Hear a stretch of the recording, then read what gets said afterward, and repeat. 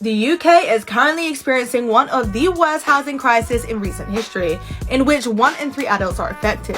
Homes across the country have been absolutely unaffordable to rent or to buy, with the ones that are available unfit for people to live in. With the combined factors of the pandemic, decrease in social welfare, inflation, and the rise in energy prices, the future of this country is just looking very bleak.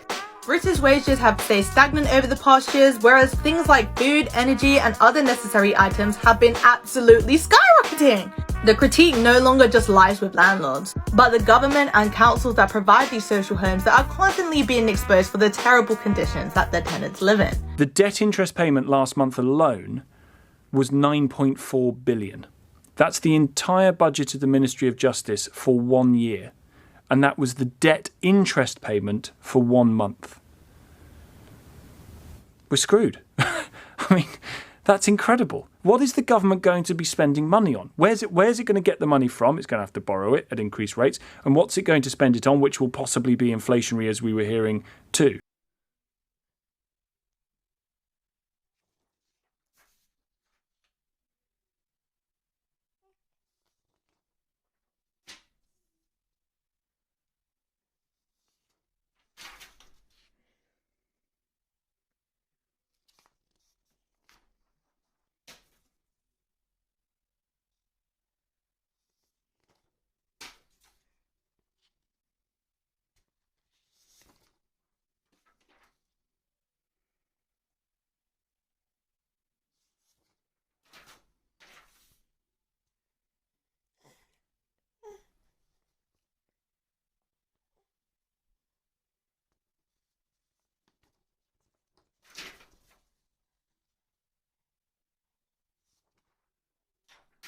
$76,630 homeowner mortgages are currently in arrears according to data from UK Finance.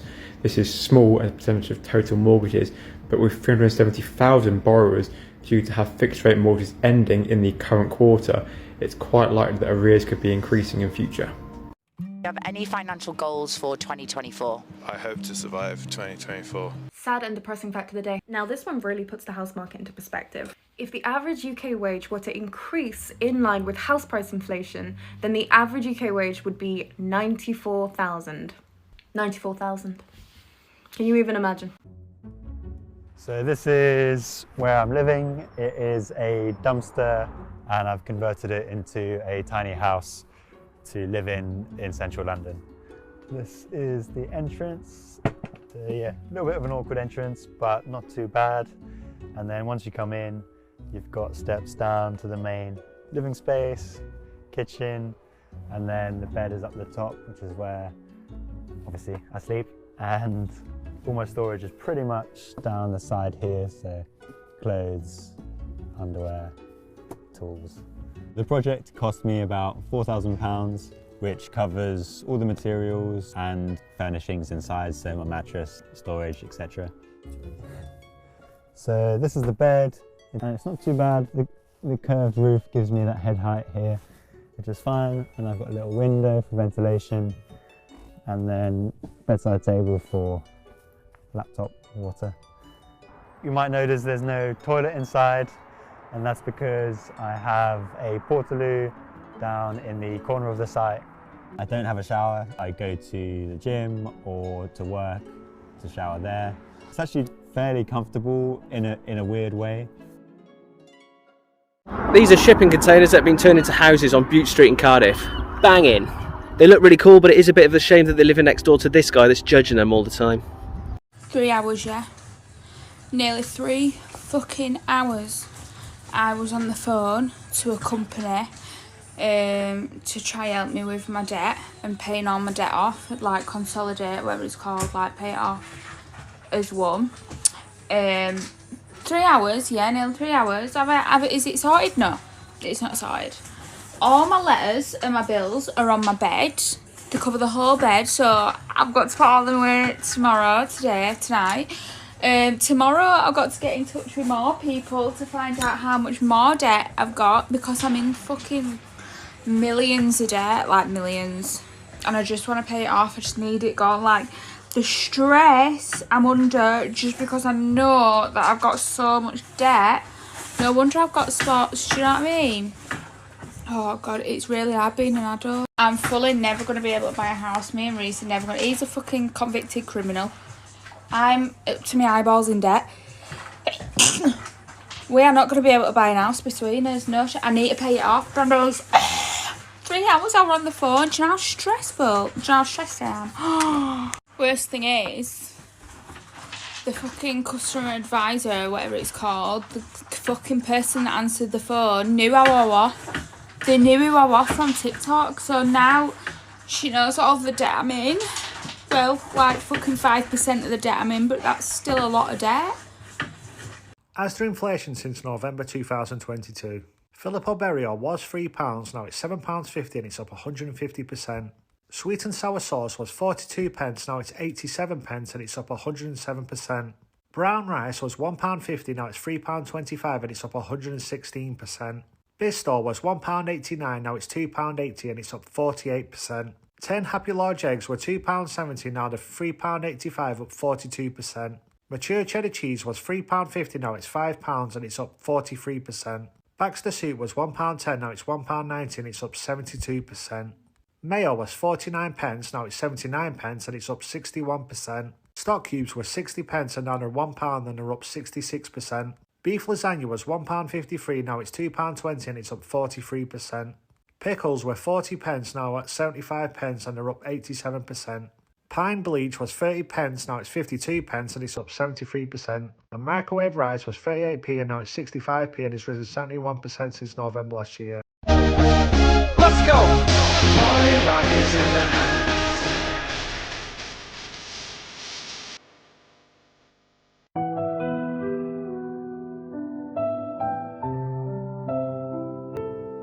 Yeah, the cost of living is crazy. Look at all of this you could get. Look at all of that. That was only 2019. Look at that, they put that in a museum. They already know we're never going to get them prices again. I've just had an email from British Gas. And if I wasn't already in a bad mood, I can confirm I would like to cry. The prices of energy and gas now are absolutely ludicrous and totally unfair. Oh no, man, the world's coming to an end. Hold on. This everyday drink, 50p back then. Bro, why is it 65p, bro? Bro, life is coming to an end. 65p. I don't even think I can drink it anymore. What? Really, just one slice of bread? Yes, Grandad? Now cut it in half. Okay, Grandad. No, the other way. This way. So clever. Done. A thin layer of butter. Use these for the cheese. Cheese and tweeze. And salad. Delicious. So good. Now divide and label. There's only 4. Friday is treat day. Fish and chips. We're going to save a fortune. It's almost like somebody's saying, how much more can we screw everybody over? This is not a third world country, and it is an absolute, utter disgrace. I want to cry when I see it. We're not a third world country. We shouldn't have people working 2-3 jobs and going to a food bank. And what is winter looking like for you? I hate to think what it's going to look like. I would like you just to turn the cameraman round. It ain't working in London. Like the quality of life for working class people and just people in this country in general has just got so bad. I could take you to a food bank tomorrow that's bigger than most little supermarkets. And they've got clothes and food. I mean, that's disgusting. But I mean, this whole crisis, the latest one, cost of living crisis, it's totally fabricated, could be turned around in an instant. I think that the Tory government are a shambles. I don't think they give a hoot for the working person. Me and my housemate are pretty sure we're going to decline our direct debit for our gas and electric, but we'll see how it goes. We're supposedly one of the richest countries in the world. People's lives are being put before profit. Labour could be stronger. They're not strong enough. They should be supporting picket lines, they should be supporting this strike, and they should be supporting the average working person in this country who is not, by the way, lazy, who works very, very hard, and who are in a situation where they can't afford to feed their children. Cost of living crisis? What cost of living crisis? Well, some people say it's not true. I paid £5 the other day for one slice of toast with beans on. Now, if you're telling me that there isn't an inflation running riot in this country, then I don't know what planet you're on. Hi everyone, Angry Britain here again. Something's getting on my nerves this morning. So a report has appeared today in The Guardian, you can make of that what you will, using data from a company called the Food Foundation. And they have found that last month, approximately 15% of UK households went hungry and couldn't afford to buy groceries and food.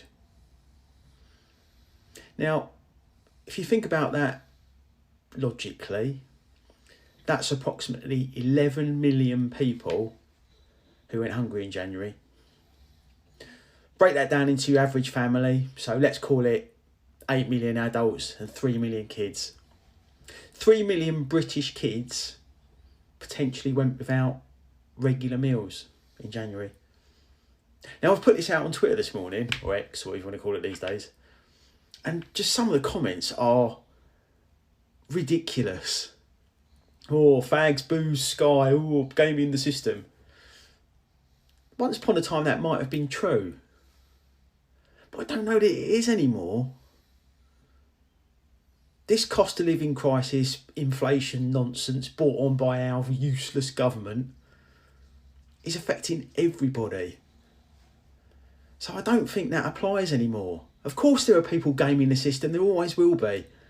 But we're talking about hardship for families out working hard, paying tax, earning good money, 50, 60, 70 grand a year.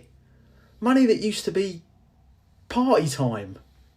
It barely covers the bills now. So this is a hardship that affects everybody. And I don't think that you can be that pious anymore. Because with rampant inflation, mortgage payments through the roof, catastrophic gas bills, council tax going up by 5% soon, that hardship might just affect you soon. Why are food prices still rising? I don't understand it. I used to be able to go and do a full week shop for a family of 4 in Aldi or Lidl's and fill up, the 2 big bag for life bags for around 50 quid. I've just been in Lidl's now and it was £92 for our weekly shop. It's just been going up and up and up. It's averaging around 80 quid a week at the moment. And the only thing extra that I've bought today is a tin of Quality Streets for Christmas. The rest of it is just essentials, just stuff for meals, packed lunch, the usual stuff. I've not even bought any toiletries or anything. There's literally food and some dog bags, some dog poo bags. I just can't believe how much it's costing now. And I don't really understand why. Why is it going up so much? I don't get it. How much are you spending on a weekly shop for your family? I go to Aldi and Lidl's because it's cheaper. It's not the best quality a lot of the time. But I find if I go to Tesco's or Sainsbury's or anywhere else, Morrison's even, I end up buying loads more stuff because there is more choice. So for me, it just makes sense to go to Aldi and Lidl's because you just get what you need. I swear to God, I don't know why I watch the news. I stopped watching it in COVID times because it gave me really severe health anxiety. I've started watching it again recently, as you can tell by my rants. And now it just gives me anger issues. I really do dislike the UK government. Not one of them have a fucking brain cell between them. Do you know, in April, all our food prices are going up. Now I don't mean by a wee bit. By a lot. And this is the result of Brexit. I don't really care what you all voted, but you have your opinions, I'll have mine. 200 million it's going to cost to get our food imported. Mostly fresh, fruit, veg, eggs, milk, things like that. And 79% of our food is imported each year. And the government think it's okay to do this now. So, just went to the shop to get my baby some crackers. £2.10. £2.10 for a packet of cream crackers. No cheese came with it, no butter came with it. It was £2.10 for a packet of crackers. Now, on the news this morning, I'm hearing that there's an epidemic of shoplifting. Are you surprised? Someone asked me the other day, they said, Shelley, something rattled your cage. Has somebody rattled your cage? Your post on Facebook, it appeared that someone's upset you. Yes! The government has upset me. The government has upset me. It's not about local politics. This is about big time politics. Like, what is going on here? People are being brought to their knees. They can't afford heating. They can't afford food. It's not a cost of living crisis. It's a cost of greed crisis. There's no way, there's no reason why crackers should cost £2.10. Universal credit can most definitely still suck my penis. If you don't know this situation, I got forced to drop out of uni in October because of my health. I cannot get a job because I'm in and out of hospital all the time, and hence I have no income. So universal credit should be coming my fucking way. But no, they closed my claim because I didn't make the appointment. What's your claim? This is because you didn't attend your appointment. But they failed to mention the reason I didn't make the appointment was because I was in hospital. I phoned them up and said, why have you closed my claim? Please reopen it. They said they would get in contact with me 2 days ago by 6 p.m. I've just received the message now. Basically, I have to redo the whole fucking thing again. I also have to go to the job centre to give them proof that I was in hospital. Otherwise, I can't fucking claim. Why do they make it so difficult? I don't want to be on benefits. I would much rather be working, but I fucking can't. All this probably to get 35p a month. This is the most frustrating shit on the planet. Petition to strip Rishi Sunak of all his finances and make him go through this fucking process because I don't think he'd enjoy it. Before I go to bed, I put my details out, my funeral arrangements, last will and testament, people to the phone and that in case of me death. There's my certificate of my funeral plan, all paid for. It's just when my sister died, I started doing all this. She'd have thought that I was sick, yeah. If I'd have been doing this and she was here. See, that's because my sister's not here. I've got no family, they're all gone. So there's nobody to do stuff like this. Make me funeral arrangements and stuff like that. So I've got to do it this way, because everything's there. Anybody comes in the house, that's the first thing they're going to say. Mad, isn't it? Yeah?